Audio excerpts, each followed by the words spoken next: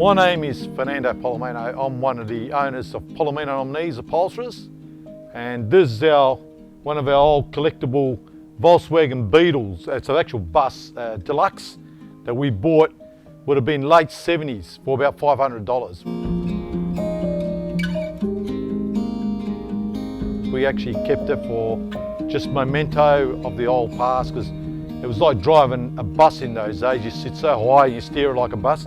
So we've kept it, still licensed, and eventually we got not used to having it because it's only a 6-volt battery sort of system, so you always had problems with lighting. When you were going distances, sometimes we ended up going to Rockingham, and on the way back you miss the turn and you end up in Armadale.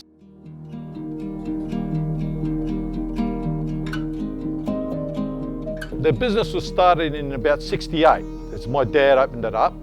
We actually had it, first we were across the road, which is now a little cafe, and we moved when this place was, beforehand there was 3 shops there, and one was a fish and chip shop, and there was a little other 2 boutique like little shops there.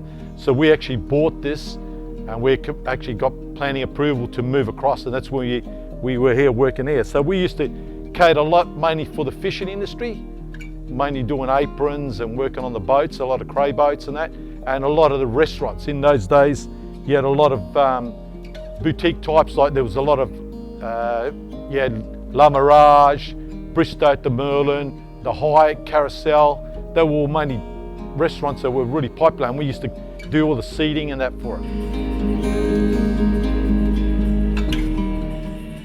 Well, probably our biggest regret is because we had 2 of them, and the other one was complete. We just gave it away. We didn't know what it was worth. We didn't give a stuff about it. Just we had to put a shed at the back, so it was in the way. So we just gave it to Sims Metals, and they were very reliable vehicle in the mechanical side of things. It wasn't expensive to run. They were only little 4-cylinder engines in them. But I think most of all was, it was like a lock-up. You could sleep in the back if you wanted to go camping. So we used to go fishing, and we used to sleep sometimes in the back, which was good. We actually bought this one here for about $500. That was would have been in the late 70s, early 80s, $500. And we bought it off a guy who was a drummer in the band, and he wanted to get rid of it, so we just bought it off him because we had a ute, an EH ute, but it wasn't feasible for us to have because when it used to rain, everything used to get wet.